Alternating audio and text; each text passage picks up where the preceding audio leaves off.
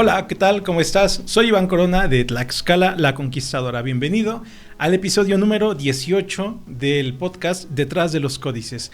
El día de hoy vamos a estar hablando de la conquista de Tenochtitlan, que se llevó a cabo el 13 de agosto de 1521. Es decir, estamos celebrando ya prácticamente 504 años, o no celebrando quizás es una palabra muy fuerte, pero sí conmemorando este 504 aniversario de la conquista de Tenochtitlan, llevada a cabo por un ejército compuesto por tlaxcaltecas, españoles, texcocanos, chalcas, huexotzincas, cholultecas, otomís, totonacas y un montón de pueblos más que se unieron para derrocar a este imperio que se alzó durante el periodo posclásico mesoamericano. Sin duda que hablar de la conquista de Tenochtitlan es algo bastante sensible dependiendo del foro en el que lo menciones. Por ejemplo, sin duda que hay un fuerte sentimiento nacionalista y hay un montón de personas en este país que se identifican como mexicas o que sienten que se identifican con esta cultura y sienten un atropello esta conquista el 13 de agosto de 1521. Y por el otro lado está la contraparte, este dualismo, indigenismo, hispanismo, donde por el contrario se considera que se debería, ahora sí, celebrar este acontecimiento y lo elevan al grado de decir que fue el origen de México, es decir, del país en el que hoy vivimos. Y podemos hablar largo y tendido de las implicaciones políticas, sociales, y podemos caer en el error de emitir juicios de si fue algo positivo o si fue algo negativo. Lo que no podemos negar es el impacto cultural que tuvo, no solamente en la época en la que se llevó a cabo el acontecimiento, sino que en redes sociales es claro que este acontecimiento sigue vigente, puesto que aviva las pasiones de un montón de personas que están a favor o en contra de este evento. Así que más allá de este debate de si fue algo bueno o si fue algo malo, tú sabes que aquí en Tlaxcala la Conquistadora siempre trato de analizar los eventos históricos desde la perspectiva tlaxcalteca. Habrá quienes discrepen de esta manera de ver las cosas, pero bueno, es una página, es un proyecto que busca dar a conocer la historia de Tlaxcala contada por los propios tlaxcaltecas. Entonces, para este efecto, creo que vale la pena entonces analizar qué significó para los tlaxcaltecas la conquista de Tenochtitlan. Y en este episodio en particular vamos a analizar nuevamente el lienzo de Tlaxcala. En este caso solamente vamos a utilizar imágenes de la copia que se hizo en 1773 por Juan Manuel Yáñez del Huerto. Y este lienzo de Tlaxcala es la obra pictográfica más importante de los tlaxcaltecas y es justo la visión de los tlaxcaltecas. Algunos la llaman la visión de los vencedores, puesto que sí, justo en este lienzo y en las demás crónicas que escribieron los tlaxcaltecas sobre la conquista, ellos no se consideraron conquistados ni derrotados, los tlaxcaltecas se consideraron vencedores, conquistadores, y bueno, es la perspectiva que se plasma en estos códices. Así que si vas llegando, bienvenido. Si estás viendo esta transmisión en vivo, ve dejando tus comentarios, tus preguntas. Las vamos a estar analizando al final del programa.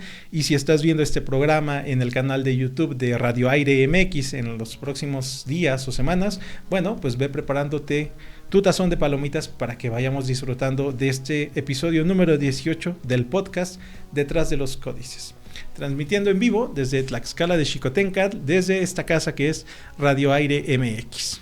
Vamos a empezar. Te van a aparecer en escena algunas imágenes del lienzo de Tlaxcala. Vamos a iniciar nuestro análisis en diciembre de 1520. En podcasts anteriores hablamos sobre los eventos anteriores a la conquista de Tenochtitlan. De hecho, en el canal de YouTube de Tlaxcala la Conquistadora, que es mi canal personal, hay videos que explican la conquista de Tepeaca, o en aquel momento llamado Tepeyacac, que es después de la Noche Triste de junio de 1520. Hernán Cortés se refugia en Tlaxcala, se recupera de sus heridas y se reorganiza, además que comienzan a llegar refuerzos a través de la costa de Veracruz y Entonces, entre agosto y diciembre de 1520 se realiza la campaña de Tepeaca, que básicamente es la conquista propiamente de Segura de la Frontera, ciudad que hoy es conocida como Tepeaca en el estado de Puebla, pero además de pues básicamente toda la región del Valle Poblano Tlaxcalteca, Cuauquecholan, Quecholac, Tecalco, incluyendo también la Sierra Norte, Zacatlán y Iztacamachtitlan.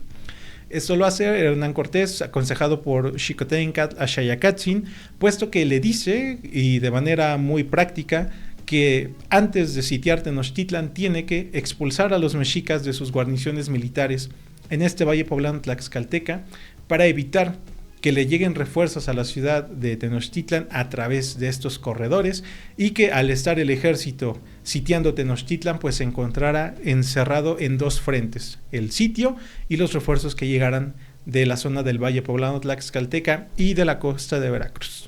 Entonces este es el contexto del que te vengo hablando. Y ahora pasemos propiamente a la campaña ya en la cuenca del lago de Texcoco, o en la cuenca de los antiguos lagos que se encontraban en el centro de México. En la imagen que estás viendo aparece una fecha, 28 de diciembre de 1520. En esa fecha Hernán Cortés parte de Tlaxcala y parece ser que más específicamente de Texmolocan, que actualmente es San Martín Texmelucan. Parte de allí rumbo a Texcoco un 28 de diciembre de 1520. Parte con un numeroso ejército compuesto, claro está, por tlaxcaltecas, huexotzincas, xolultecas y los demás pueblos que ya habían logrado someter entre agosto y diciembre de 1520. Además de los que ya venían con él desde la Villarrica y la área, es decir, los totonacas. Entra en Texcoco en los primeros días de 1521, en enero, y a pesar de que iba preparado para tomar la ciudad por la vía militar, llevaba un numeroso contingente, Texcoco vivía severos conflictos políticos internos, puesto que había facciones que se estaban disputando el poder. La facción que estaba en el poder, que por cierto había sido impuesto este gobernante por Moctezuma, y una otra facción de Texcoco liderada por Ixtlilxóchitl, que buscaba hacerse del poder de este altépetl mesoamericano. Cuando llega Hernán Cortés, la parte que estaba del lado de Moctezuma o del bando de los mexicas huye a Tenochtitlan, y de esta forma Ixtlilxóchitl y la gente que lo acompañaba se pudo hacer del poder en Texcoco. Y dicen las crónicas que reciben a Hernán Cortés de paz. Hay una embajada que le va a dar el encuentro cuando va marchando con el ejército para informarle que no va a haber resistencia en esta ciudad y que lo van a recibir de paz, y que por el contrario buscan hacer una alianza con él. Nuevamente, esto nos habla muy claramente de que los indígenas esto rompe con la idea tradicional que tenemos de la conquista, donde un grupito de españoles vienen e imponen su autoridad en una tierra que estaba habitada por decenas de miles de indígenas. Y eso, pues ya desde el punto de vista lógico es imposible, sino que más bien ocurre lo contrario. Son las diversas facciones políticas que ya existen en Mesoamérica a principios del siglo XVI, las que utilizan este nuevo poder que trae Hernán Cortés en su beneficio. En este caso, Ixtlilxóchitl, al afianzar una alianza con Hernán Cortés, buscaba entonces quedarse con el control de Texcoco o de Texcuco. Y bueno, finalmente pues quitar del poder a la facción que le era opuesta. Entonces, nuevamente, al igual que pasó con Tlaxcala, vemos que son intereses políticos muy particulares de cierta facción o de cierto grupo los que usan a los españoles para su propio beneficio político, militar o incluso social. Y en esta lámina de lienzo de Tlaxcala, insisto, de la copia de Juan Manuel Yáñez del Huerto de 1773, justo estamos viendo esta imagen en la que vemos a Hernán Cortés llegando a la ciudad de Texcoco. De hecho, si prestas atención, le pediré a César, que está en controles, ojalá que pudiéramos hacer un pequeño acercamiento en la parte superior izquierda, porque hay dos personajes que van a cuestas y que debajo de ellos se ven una especie de embarcaciones. Recuerda que en 1520, ya estando en Texcoco, Hernán Cortés manda a traer de Tlaxcala los bergantines que se habían armado en Atzompan. Esto lo vimos en el podcast de la historia de Tlaxcala, La Voz de Muñoz Camargo, que te invito a que te conectes todos los jueves 6:30 de la tarde por mi canal Tlaxcala la Conquistadora. Vimos que en Atzompan, aquí en Tlaxcala, en el afluente o en el río Zahuapan, se atajó el río para que se pudiera botar un bergantín para probarlo. Se fabricaron aquí en Tlaxcala, se botaron, se probaron, se vieron que funcionaban, que flotaban, y se desarmaron y se llevaron a Texcoco. Imagínate la empresa que dice las crónicas que el tlaxcalteca que estuvo encargado de esta logística era Chichimecatecutli, que algunos historiadores locales de Tlaxcala dicen que Chichimecatecutli en realidad era Axotecat de Atlihuetzía. La logística de llevarte 13 barcos sin carretas, sin animales de carga, solamente en los hombros de los tamemes tlaxcaltecas. Y bueno, esto es justo lo que estamos viendo en esta imagen, cómo los tlaxcaltecas llevan entonces los bergantines a Texcoco una vez que la ciudad ya se ha entregado de paz. Y bueno, aunque las fuentes nos dicen que fue una entrada pacífica en la ciudad, podemos ver todavía algunos signos de violencia, lo que nos habla que quizás desde la perspectiva tlaxcalteca, ellos, incluidos los españoles, claro está, sí tuvieron que sofocar quizás a algunas facciones que no estaban de acuerdo con que Iztaccíhuatl se hiciera del poder. Y insisto, esto es a principios de enero de 1520, para que nos vayamos situando en fechas. Estando ya en Texcoco, Hernán Cortés comienza a hacer algunas pequeñas incursiones en los pueblos aledaños con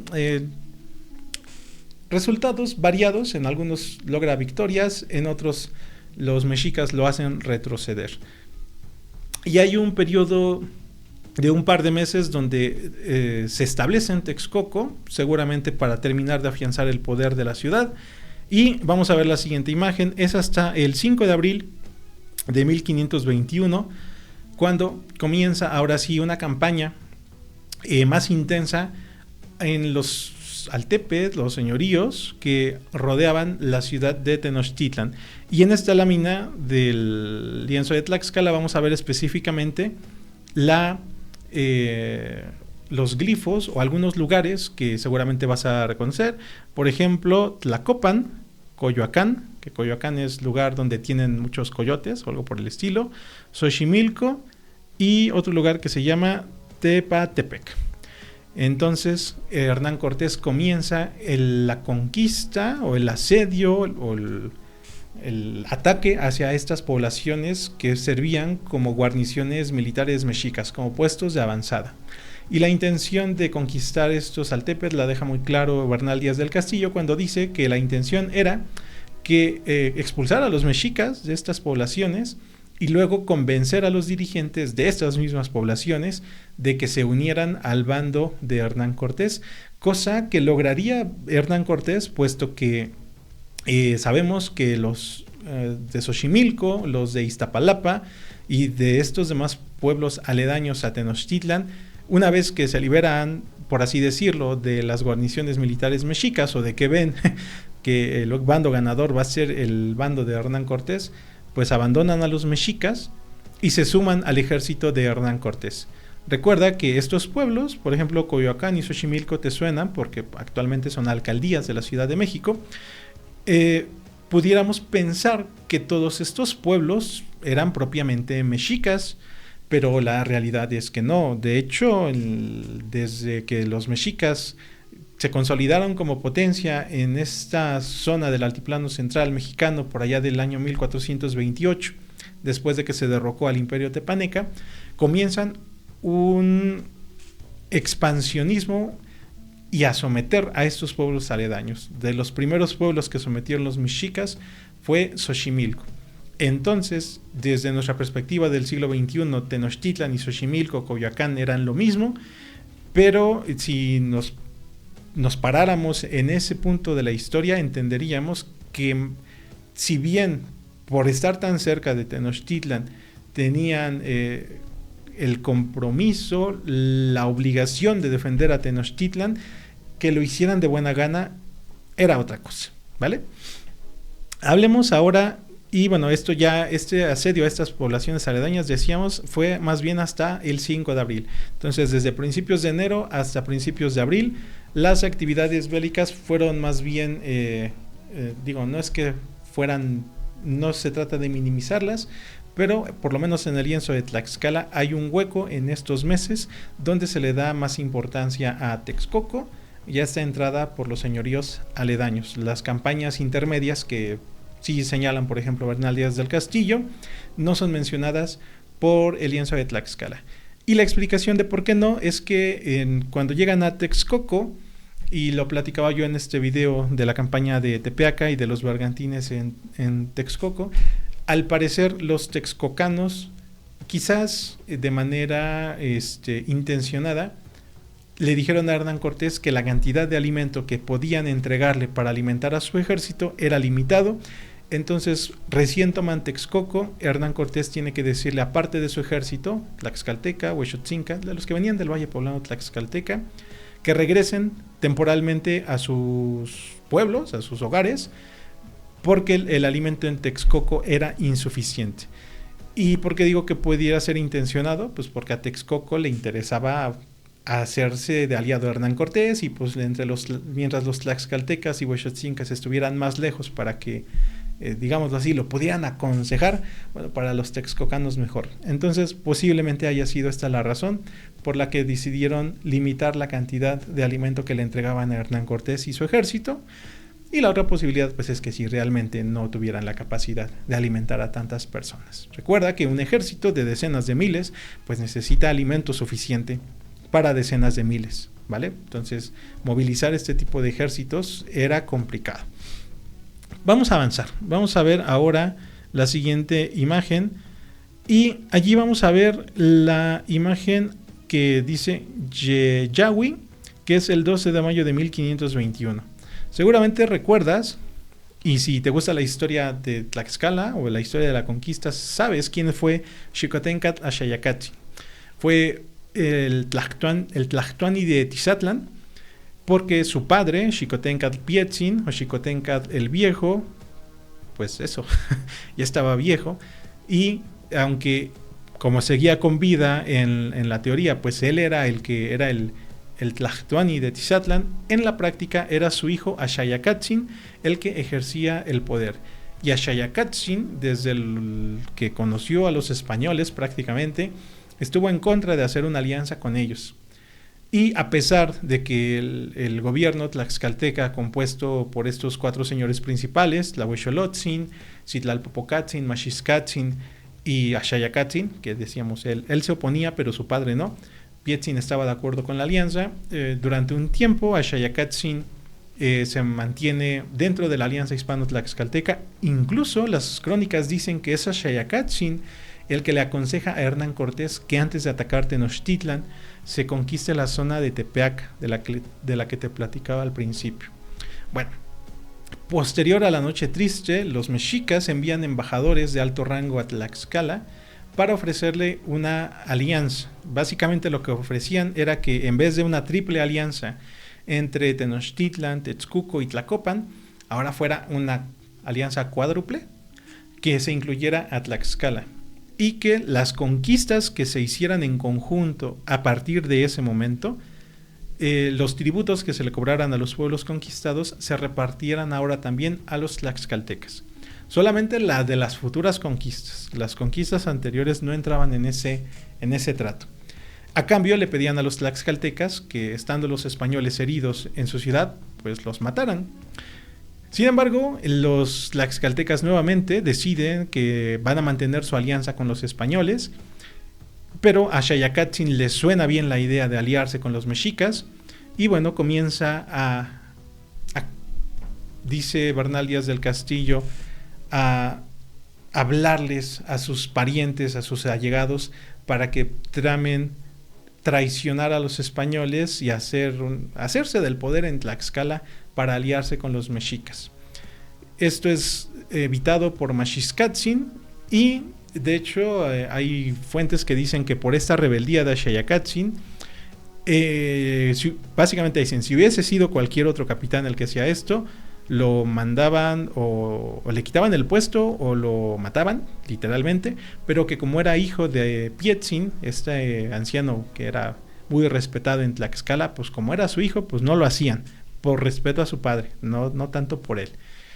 Entonces, por eso, a pesar de que intentó hacer esto de matar a los españoles que se refugiaban en Tlaxcala, le permitieron continuar en el poder y participó en la campaña de Tepeaca. Sin embargo, en algún punto Ashayakatzin se determinó a que no iba a participar en el asedio de Tenochtitlan y decide entonces abandonar el ejército y el sitio. Ya posterior a que los ejércitos regresan a sus pueblos, en determinado momento, como veíamos en la lámina anterior, que ya se estaban iniciando los combates propiamente ya en el lago de Texcoco, en Coyoacán, en Xochimilco, Hernán Cortés manda nuevamente a solicitar a los ejércitos de Tlaxcala, de Huexotzinco, del Valle Poblano Tlaxcalteca, para que inicien el sitio de Tenochtitlan. El 12 de mayo se dan cuenta, bueno, en esta primera quincena de mayo se dan cuenta de repente que Ashayakatzin no está. Y cómo no, si yo lo acabo de ver ayer, pues no está, no lo encuentro. Y bueno, se dan cuenta que ya venía de regreso para Tlaxcala. Hay varias versiones al respecto. Hay una versión que dice Muñoz Camargo, si no me equivoco, que tenía una enamorada en Tlaxcala y que se estaba disputando el amor de esta mujer con otro capitán tlaxcalteca y que aprovechando que el otro capitán estaba en Tlaxcala, pues se regresó a ver a su novia, a su querida, a la mujer que pretendía, no sé cómo decirle, que no sé, como que no suena que un capitán tlaxcalteca abandonaría el campo de batalla por una mujer, pero bueno, digo, no es que sea imposible, ¿verdad? Otras versiones dicen que más bien lo que buscaba era que, aprovechando que los ejércitos de Tlaxcala, el grueso del ejército de Tlaxcala estaba en el sitio de Tenochtitlan, él buscaba regresar a Tlaxcala y, en palabras del siglo XXI, dar un golpe de estado para expulsar del poder a los dirigentes que buscaban la alianza o que mantenían la alianza con los españoles y entonces hacer una alianza con Tenochtitlan en contra de los españoles. Digo, no hay una certeza de cuál de estas dos versiones sea la certera. Incluso hay una tercera que dice que simple y sencillamente Xicoténcatl se acobardó y que él decía que si participaban en el sitio de Tenochtitlan, Tenochtitlan era tan poderosa que nunca iba a caer y que solamente iban a terminar muertos y que era una locura intentar conquistarla. Cualquiera de esas tres versiones pudo ser, o incluso puede ser que sea una cuarta que no conocemos. El punto es que el 12 de mayo de 1521, por haber desertado del ejército, Hernán Cortés lo manda a capturar en el camino a Tlaxcala, que es lo que estamos viendo en esta lámina de lienzo de Tlaxcala, y tiene unos detalles bien interesantes que si la vemos de pasada podemos pasarlos por alto. En primer lugar, vamos a ver que el segundo personaje de izquierda a derecha lleva un traje de color rojo y en la espalda lleva una insignia que es un ave, y esta ave era la insignia de Ocotelulco, que era la insignia de los Maxiscatzin, lo que nos habla que los Maxiscatzin estuvieron muy involucrados en la captura y posterior ejecución de Ashayakatzin. Número 2, vamos a ver que las glosas en español que se escribieron en este lienzo dicen que capturaron a una espía traidora. Es decir, los tlaxcaltecas en su perspectiva del siglo XVI consideraban a Ashayakatzin una espía traidora, bueno, al personaje que capturaron junto con él. Y posteriormente vemos a ver al capitán Mixcotécatl, que es Xicoténcatl, Mixcotécatl Tlaxcalteca capitán, ¿no? Este capitán tlaxcalteca que fue capturado.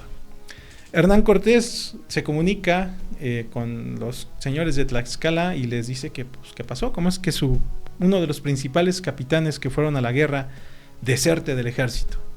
Y Hernán Cortés les manda a decir, si esto hubiese pasado en Castilla, léase esto o escuches esto en acento castellano, si esto hubiera pasado en Castilla ya lo hubiéramos ajusticiado, Bueno, los tlaxcaltecas les dicen en náhuatl, que pues no sé hablar náhuatl, lo siento, no lo puedo decir en náhuatl, que si esto hubiera pasado en Tlaxcala, pues igual lo ajusticiarían. Es decir, desertar del ejército ameritaba pena capital. Y esto es algo que, digo, hasta el siglo XXI, creo yo, ahí está César a ver si me hace señas, pero creo yo, hasta hoy, en cualquier ejército del mundo, si hay una batalla y desertas del ejército, se considera, si no pena capital, pero de que te castigan, ¿no? Mínimo encarcelado si te vas. Bueno, pues eso, Hernán Cortés les dice que lo castiguen y ellos le dicen que no, que lo castiguen allá. Y entonces el 12 de mayo de 1521, César me dijo que sí, Axayacátzin es ajusticiado por traición por haber desertado del ejército. Haya sido la razón por la que haya desertado, desertó y fue ejecutado, y es lo que estamos viendo en esta lámina de lienzo de Tlaxcala. Y bueno, insisto, los detalles: el personaje de Ocotelulco, la espía traidora y este capitán tlaxcalteca que fue ajusticiado, ¿vale? Y aquí hay un debate en redes sociales inmenso de que si Axayacátzin era profeta, porque él veía lo que iba a pasar después de la conquista, y etcétera, etcétera, etcétera. Es de que adjudicarle poderes sobrenaturales a Axayacátzin sobre si sabía o si él tenía razón o no, pues creo que está de más. En Tlaxcala, actualmente, Axayacátzin es una figura reconocida, admirada incluso, por haberse opuesto a los españoles. De hecho, si no lo sabías, te lo platico yo aquí en cortito. Tlaxcala, oficialmente, la ciudad se llama Tlaxcala de Xicoténcatl, en honor de este Xicoténcatl, no en honor de su padre, ¿no? Y me voy a salir tantito del tema, pero vale la pena que te lo mencione. También hay una plaza Xicoténcatl. De hecho, justo aquí saliendo de donde estamos en la cabina, la plaza se llama Xicoténcatl por otro Xicoténcatl, pero bueno, es un Xicoténcatl. Hay monumentos de Xicoténcatl por casi cualquier lugar que vayas en Tlaxcala. Las escalinatas tienen a Xicoténcatl, es un personaje omnipresente.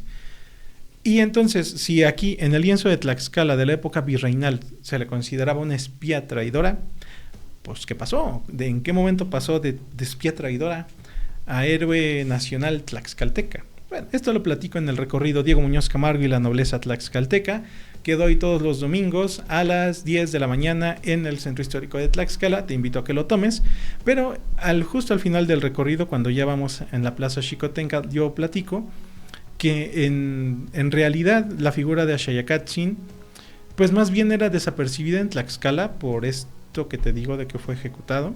O sea, no es que no se le conociera, pero no se le daba la importancia que tiene ahora. Y es hasta 1836 aproximadamente que un escritor cubano, ni siquiera tlaxcalteca, publicó una novela que se llama Xicoténcatl, con J. En esta novela narra, o es una novela histórica inspirada en la época de la conquista, pero presentan a Axayacátzin como el héroe, como el antiespañol modelo por excelencia. Siglo XIX, todo lo que sea antiespañol y anticolonial está de moda en los países que se acaban de independizar de España, pero no hay registros, o yo al menos no conozco alguno, de alguna reacción de las autoridades o de las personas en Tlaxcala de que se enteraran que algún cubano por ahí en cierta parte del mundo andaba escribiendo una novela sobre uno de sus personajes. Más bien es hasta después de la Revolución Mexicana que de los partidos políticos que surgen después de este proceso tan convulso de guerras e inestabilidad, surge un partido socialista en Tlaxcala, que yo lo digo en la caminata, insisto, tomen la caminata.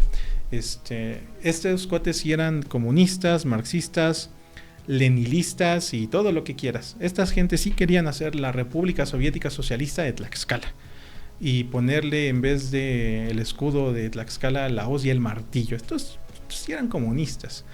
Y de este partido socialista salieron 3 gobernadores, llegaron al poder en Tlaxcala, y uno de ellos, Adrián Vázquez, en 1932, a través de un decreto número fulano de tal, del 12 o 13 de mayo de 1932, se le cambió el nombre de Tlaxcala a Tlaxcala de Xicoténcatl.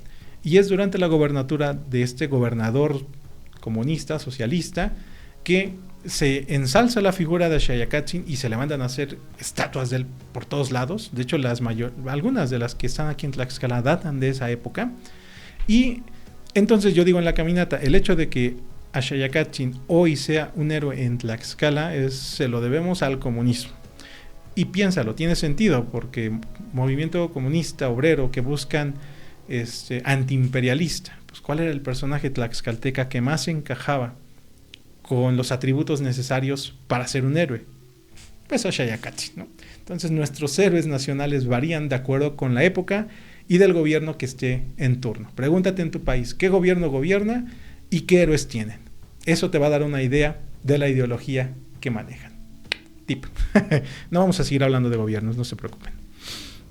Vamos a continuar entonces ahora sí con el lienzo de Tlaxcala.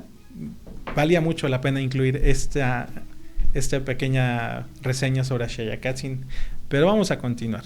En mayo de 1521 vemos que en Cuautlinchan o Cuatlinchan hay combates y ahí vemos el glifo, ahí vemos a la serpiente en una especie como de palacio. Y en la siguiente imagen, esto es mayo de 1521, en la siguiente imagen vamos a ver lo que ocurre en julio de 1521, donde podemos ver los combates que se llevaron a cabo en las calzadas que iban rumbo a Tenochtitlan. Ahí ves la calzada rodeada de agua y a los mexicas en actitud defensiva y a los tlaxcaltecas en actitud ofensiva. En la siguiente imagen igual vamos a ver más combates que se llevaron a cabo en esta laguna o lago de Texcoco. Y la descripción que aparece allí en ese lienzo o en esta lámina de lienzo de junio-julio de 1521 significa ya tomaron las calles que están entre las casas. Entonces vemos como en la imagen anterior solo vemos la calzada y en la siguiente imagen ya vemos que la calzada llega a un punto específico donde hay defensores. Es decir, las huestes aliadas comienzan a incursionar ya en la ciudad de Tenochtitlan. Ya no son combates en las calzadas, ya son combates directamente en la ciudad. Y ojalá pudiéramos hacer un acercamiento en estas imágenes. Vemos solamente pequeños esbozos de los combates. En algunas de ellas vas a poder ver incluso cuerpos desmembrados y cosas por el estilo, ¿no? O sea, realmente eran batallas feroces, al grado que las descripciones de la época dicen que el hedor en la ciudad y en el campo de batalla era fuerte, porque imagínate, en medio de los combates era imposible recoger los cuerpos, aparte era una laguna. Entonces imagínate, cuerpos en descomposición, agua, mosquitos, olor. Independientemente de la ideología que tú tengas, si eres más indigenista o si eres más hispanista, el hecho de romantizar la conquista en cierto punto sí nos ciega y no nos permite ver este lado humano, donde la gente de Tenochtitlan, que tú puedes decir fue culpa de sus líderes que no se rindieron viendo que el fin estaba cerca, pues puede que sí, pero o sea, realmente el sufrimiento, el hedor, el hambre en ambos lados fue bastante complicado. Y este lienzo no nos transmite quizás con toda franqueza lo que se vivió en aquella ocasión, ¿vale? Pero debió de haber sido una escena más bien horrenda, horripilante, ¿no? Vamos a ver la siguiente imagen que ocurrió el 30 de junio de 1521, de las pocas victorias o de las victorias más importantes que tuvieron los mexicas durante el asedio de Tenochtitlan, donde lograron repeler al ejército aliado e incluso que muchos de ellos se cuestionaran si realmente era posible conquistar la ciudad. Fue 30 de junio de 1521, donde incluso Hernán Cortés fue capturado por los mexicas. Y aquí ya las fuentes difieren. Hay unos que dicen que fue Cristóbal de Olid el que lo salvó y que incluso murió en este acto heroico de rescatarlo. Los tlaxcaltecas, por supuesto, dicen que, aquí lo vemos en la lámina, que los que lo salvaron fueron los tlaxcaltecas. Incluso de esta lámina se deriva lo que te platicaba en la semana o en el episodio anterior, de que Axayacatl había rescatado a Hernán Cortés de la muerte. Bueno, se entiende que es en este episodio, 30 de junio, que logra rescatarlo porque incluso ya estaba herido de una pierna. Entonces esta es una derrota para los aliados y una victoria para los mexicas, al grado que capturaron a Hernán Cortés. Lamentablemente para los mexicas pues se les escapó, ya lo tenían, era suyo y lo dejaron ir. Y algo muy de guerras mesoamericanas, ¿no crees? Si te gusta la historia de las guerras mesoamericanas, sabes que en las guerras floridas, e incluso por la batalla de Otumba, tenemos referencias a que estas batallas se acababan si capturaban o mataban al capitán enemigo. Entonces quizás los mexicas pensaron que al hacer eso el combate iba a cesar. Sin duda las cosas pudieron haber sido diferentes. ¿Tú qué crees que hubiera pasado? A ver, déjame en los comentarios y ahorita los leemos. ¿Qué hubiera pasado si capturaban a Hernán Cortés y no se les escapaba y lo terminaban sacrificando? ¿Crees que Tenochtitlan se hubiera salvado? ¿Crees que los aliados de Hernán Cortés hubieran abandonado el sitio? ¿O crees que de todas formas hubiera caído la ciudad? Déjamelo en los comentarios y ahorita los leo, ¿vale? Recuerda seguir la transmisión a través de Radio Aire MX. En fin, es una pregunta muy interesante. ¿Tú qué opinas al respecto? Y en la siguiente imagen, ya el lienzo de Tlaxcala nuevamente nos deja un hueco y se salta ya directamente hasta el 13 de agosto de 1521, cuando Cuauhtémoc es capturado cuando intentaba huir de Tlatelolco, el último reducto mexica que estaba sin conquistar, y nuevamente aquí se dividen las opiniones. Hay quienes dicen que Cuauhtémoc fue un cobarde que salió huyendo de su ciudad, otros dicen que fue el mayor estratega militar de su época. ¿Qué te digo? Ahí la opinión que tú tengas de este personaje creo que es la que vale la pena que tú creas, porque yo creo que yo no te puedo hacer cambiar de opinión.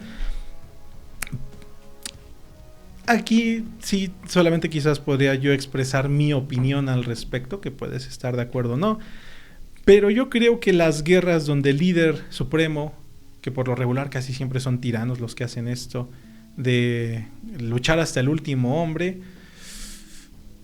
pues no le veo mucho sentido, porque si lo que se supone que te mueve para defender tu ciudad es un sentimiento patriótico, nacionalista o amor por tu tierra y por tu gente, y les estás pidiendo literalmente que se mueran, pues no sé qué tan patriótico y nacionalista sea eso, ¿no? Digo, hay quienes admiran mucho este tipo de líderes que luchar hasta el último hombre. Yo creo más bien que no, yo creo que más bien un buen líder sabe cuándo abandonar la batalla con tal de que la mayor cantidad de personas que son su pueblo puedan sobrevivir, ¿no? Y tratar de negociar los mejores términos para que se les respeten sus derechos, ¿no? Pero cuando luchas hasta el último hombre y lo que quieres es causar daño al enemigo, pues lógico que cuando literalmente caiga el último hombre, pues los que van a sufrir la hazaña pues son las mujeres, los niños y los ancianos que sobrevivieron. Y dicho y hecho, porque una vez conquistada Tenochtitlan, el saqueo de la ciudad fue inconmensurable. Tlaxcaltecas, huexotzincas, texcocanos, que no la llevaban muy bien con los mexicas, por cierto, pues saquearon la ciudad y cometieron sin duda un montón de atropellos contra la población. Normal, pues los mexicas cuando iban a tu pueblo te hacían eso, pues es normal que intentes regresar el golpe, ¿no? Al menos en una mentalidad vengativa, ¿no? Entonces sí, fue un saqueo indiscriminado, seguramente que hubo muchas víctimas inocentes. Quizás si se hubiese rendido la ciudad antes se hubiera evitado, quizás sí, quizás no. Eso pues yo creo que eso del hubiera pues no vale la pena, ¿va? Pero de que ocurrió, ¿vale? Y eso lo que algunas personas mencionan sobre la antropofagia o el consumo de carne humana, pues sí, las fuentes históricas mencionan que los aliados de Hernán Cortés capturaban principalmente a los capitanes, claro está, y los sacrificaban seguramente en sus templos, en sus lugares de origen, porque salían cargados con sus bultos humanos de regreso a sus ciudades para sacrificarlos a sus dioses. Entonces posiblemente un día como hoy, 15 de agosto, que empezaron a llegar las primeras oleadas de victoriosos a Tlaxcala, uno que otro mexica terminó sacrificado en el templo de Ocotelulco a Camaxtle.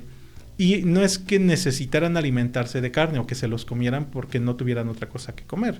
Bueno, en parte sí, pero no, estos rituales de antropofagia más bien eran creencias de que al consumir la carne del derrotado, tú adquirías la fuerza que tenía, ¿no? Esta era la idea principal, por eso ofrecías esa vida valiosa, porque era un capitán, era un principal, un enemigo, por eso se le ofrecía al dios de turno, Huitzilopochtli o Camaxtle o Tlaloc, y el consumo de la carne era más bien ritual y estaba reservado para la clase sacerdotal, los tlamacasque, y para los pili o nobles, o para la familia y el noble que capturó, el noble y la familia del que capturó a este capitán. Es decir, no era como que era un alimento habitual.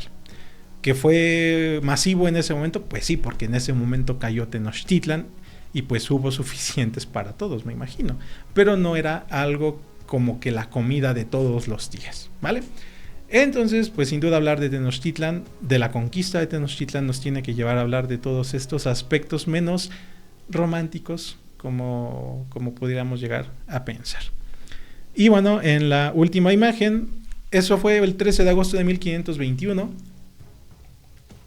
que por cierto, creo que, a ver, al rato se los publico en la página de Facebook, pero si no me equivoco, o a ver si me puedes ayudar, César, el 13 de agosto de 1521 fue miércoles, porque estoy casi seguro de que sí fue miércoles. Entonces, a 504 años de distancia, nuevamente este miércoles 13 de agosto se conquistó Tenochtitlan.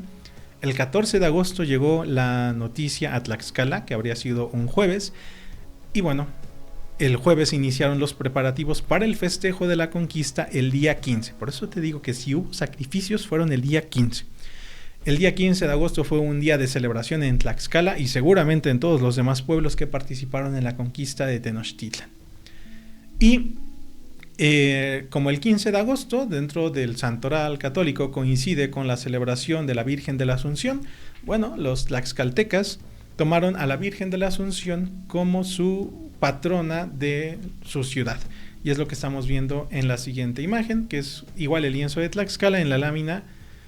Fue sábado el 13 de agosto, entonces fue el domingo, entonces fue el lunes la celebración. Y insisto, de ahí que el 15 de agosto en Tlaxcala fuera celebración. Vemos en esta lámina del lienzo de Tlaxcala el bautizo de los 4 señores y al fondo en la parte de arriba, aunque de forma un poco quizás borrosa, se ve a la Asunción, la Virgen de la Asunción, cargando al niño Jesús. Desde entonces, Tlaxcala tiene como advocación en su convento y ahora catedral a la Virgen de la Asunción. Y curioso, es por eso que la noche que nadie duerme coincide con que es del 14 al 15 de agosto.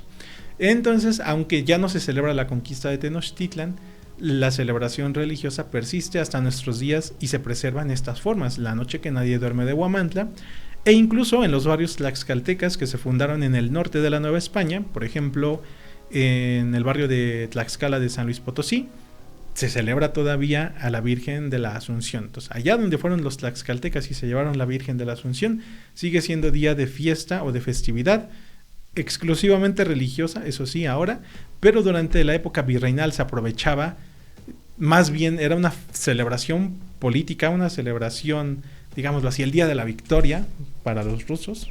Sí, es el día de la victoria, ¿no? César, el de los rusos, día de la victoria. Bueno, sacaban a pasear el pendón, había toda una parafernalia relacionada con la conquista de Tenochtitlan y la conmemoración y celebración del aniversario de su conquista. Esto, pues claro está, se pierde ya con el tiempo, específicamente cuando México se independiza. Pero, bueno, queda que el 13 de agosto se conquista Tenochtitlan, el 15 es la celebración, coincide con la Virgen de la Asunción y bueno, pues es la celebración tlaxcalteca por excelencia. E insisto, aunque ya no se hace con ese tinte político, militar, cívico de la conquista, pero bueno, se conserva la tradición religiosa en estos pueblos tlaxcaltecas. Así que bueno, espero que te haya gustado la transmisión en vivo y el tema de hoy, ¿vale? Te recuerdo que soy Iván Corona y en la siguiente imagen puedes ver el proyecto completo que tengo, que es Tlaxcala la Conquistadora, claro está, pero también tengo este podcast que se transmite los viernes por ahí entre las 11 y 12 del día a través de la señal de nuestra casa Radio Aire MX. Sigue también el resto de su programación. Aparte de la página de Tlaxcala la Conquistadora, del podcast Detrás de los Códices, los jueves tengo otro podcast que se llama Historia de Tlaxcala, la voz de Muñoz Camargo, que es un grupo de lectura en el que leemos directamente y analizamos sobre la marcha los escritos del historiador Diego Muñoz Camargo, que vivió en el siglo XVI. También organizo recorridos en el centro de Tlaxcala y en algunas zonas arqueológicas de aquí de Tlaxcala, claro está. Te invito a que te sumes a ellas. Está el recorrido Diego Muñoz Camargo y la nobleza tlaxcalteca, domingos a las 10 de la mañana. Y los Xicotencatl de Tizatlán, domingos a la 1 de la tarde. Este domingo en particular voy a dar un recorrido especial que solo va a ser este domingo, en el que vamos a ir a Zompantepec, Atlihuetzía, Tizatlán, Ocotelulco y Topoyanco. 5 lugares que se mencionan en las fuentes del siglo XVI que hablan de que allí hubo sucesos relevantes o personajes destacados que participaron en lo que te he venido platicando, la conquista de Tenochtitlan. En Zompantepec fue donde se consolidó la alianza hispano-tlaxcalteca. En Atlihuetzía, de allí fue originario Axotecatl, uno de los conquistadores de Tenochtitlan. De Ocotelulco eran originarios los Maxixcatzin, los que más fervientemente se aliaron con Hernán Cortés. De Tizatlán era originario Xicotencatl el Viejo y el Joven, Axayacatzin, y conoces bastante bien su historia. Y de Topoyanco era originario el capitán Tecpanecatl. Así que vamos a visitar estos lugares. En Atlihuetzía y en Topoyanco hay exconventos que vamos a poder visitar. Y en Tizatlán hay una zona arqueológica. Y en en Zompantepec, pues está la parroquia o templo del lugar, donde incluso tienen una piedra incrustada que se supone que es el testimonio de la alianza hispano-tlaxcalteca. Próximo domingo a las 9 de la mañana, solamente me quedan 5 lugares. Vamos a ir en una camioneta, nos van a recoger aquí en Tlaxcala. Recorremos los lugares, vamos a terminar comiendo carnitas en el mercado de Zacatelco y de ahí regresamos a Tlaxcala. El costo del recorrido es de 750 pesos por persona, con la comida incluida y el transporte. Así que si quieres acompañarme, insisto, últimos lugarcitos. Y bueno, de ahí no me queda más que recomendarte el resto de programas de la casa, Radio Aire MX, Olango, Tlaxnativo, Yo Soy Coyote y los partidos de Coyote MX, Felices 30 y claro está, Detrás de los Códices con Iván Corona. Nos vemos en la siguiente semana. Gracias a César Cano en Controles, nos estamos viendo en la próxima. Saludos.